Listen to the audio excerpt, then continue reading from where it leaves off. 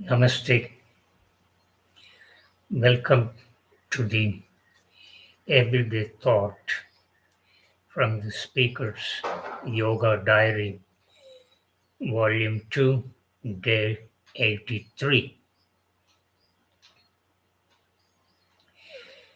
In the last three videos,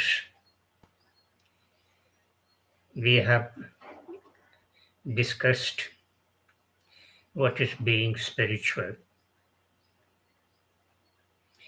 and we have identified seven principles.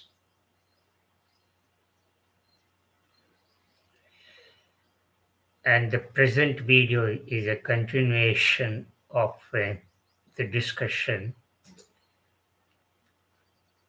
that we had in the last three videos on what is being spiritual.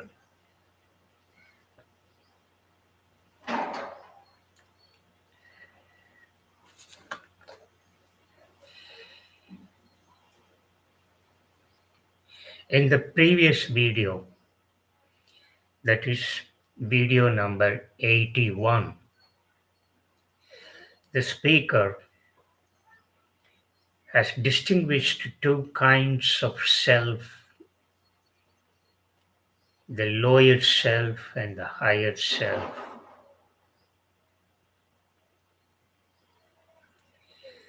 The lower self is of two forms. One is the self of identification,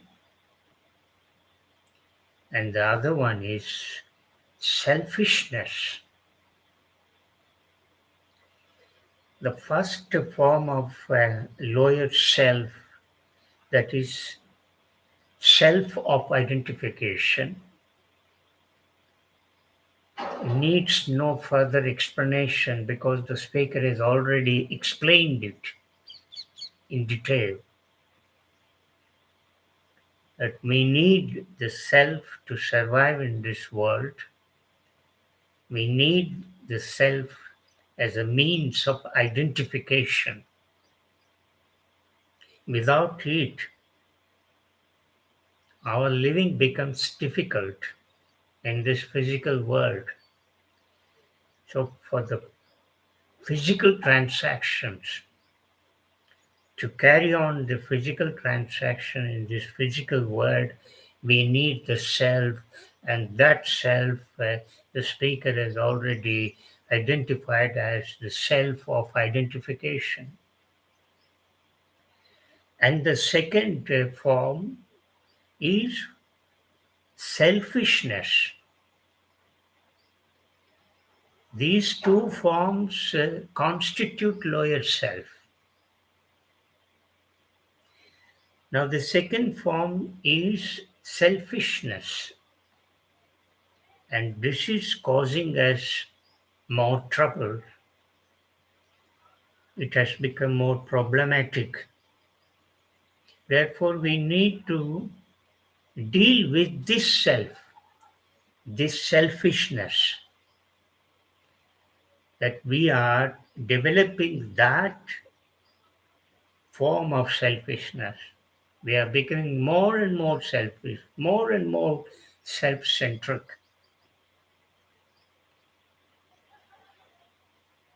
And we are performing so many actions, and these actions in turn are helping to accumulate this selfishness. It is this element of self that is coming into conflict with the world. Therefore, we need to tackle this form of self, which is the speaker identified as selfishness. And the speaker had said in the previous video 81 that we need to develop awareness. This awareness is very important. In most cases, in most situations in our life, we are very unconscious.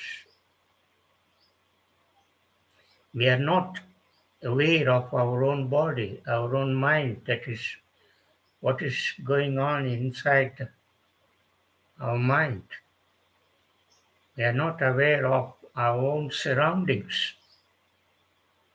We have become very thick skinned, very insensitive, indifferent to our own body, to our own mind, to our own environment. Therefore, it is causing more problems in the world. The speaker is emphasizing that we need to develop awareness, that become conscious of our body, become conscious of our mind, become conscious of our environment.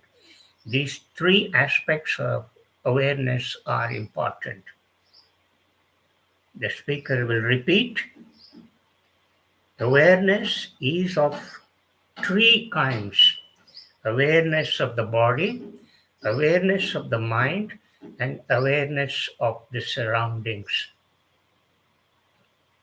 That is, environment in which we live, or what we may call society in which we all live, or any institution where we work, part of our day. So these three kinds of awareness we need to develop.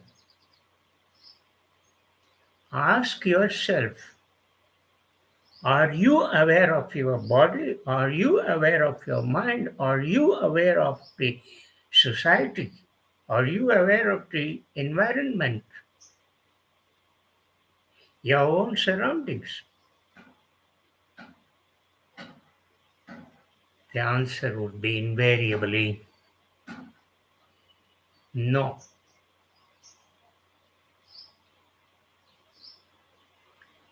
Of course, we are aware in a different sense how to accumulate wealth, how to accumulate knowledge, how to accumulate resources, how to accumulate property, and so on. That's a different. We are more conscious in those areas.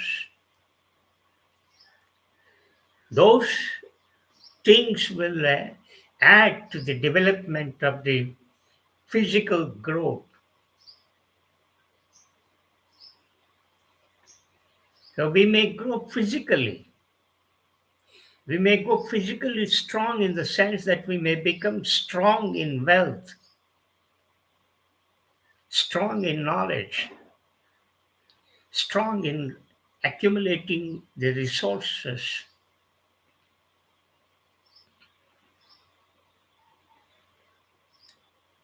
The speaker is saying we do not need that kind of awareness.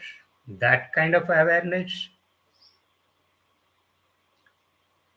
is for our physical growth, for our physical survival in the world.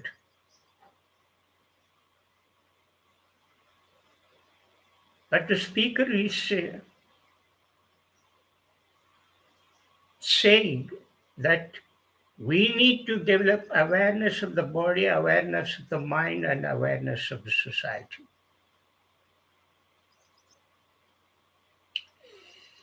When we talk about the awareness of body and awareness of mind, we are turning our attention from the outside to us. Earlier, in the case of the awareness of developing our physical resources, we are focusing our attention more on the outside. But when we talk about body and mind, then we turn to ourselves.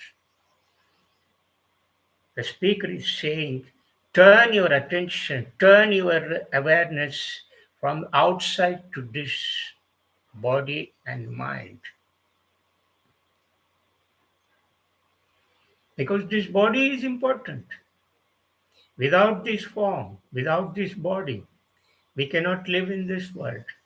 How do you identify yourself? Only through this form.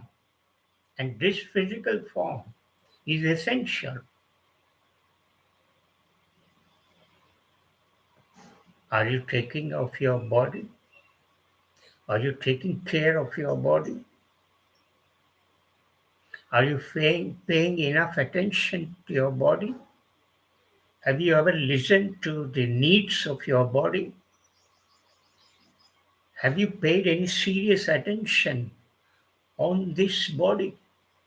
How it is growing, how we are helping this body grow? Have you ever listened to this body? This body has a language.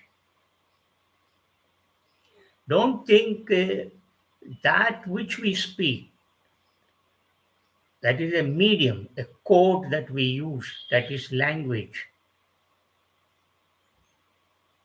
That alone does not constitute the language, a means of communication, expression. But body too has its own language. But the body language cannot be transmitted in any form of code. The speaker is now using the code, correct?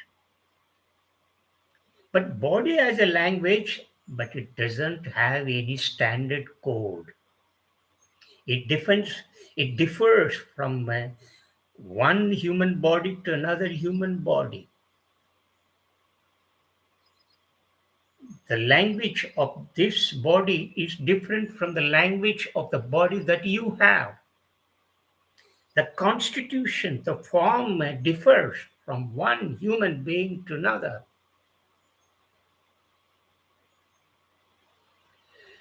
So it has its own language, but it is devoid of code, any standard code. How you listen? You listen in silence. You do not listen through code. You do not have a code to communicate to this body. As the speaker has just now said, the body has a language but doesn't have a code. Then, if it doesn't have a code, how can the body speak? Yes, the body speaks in silence. It communicates in silence. It communicates through feelings. It communicates through emotions.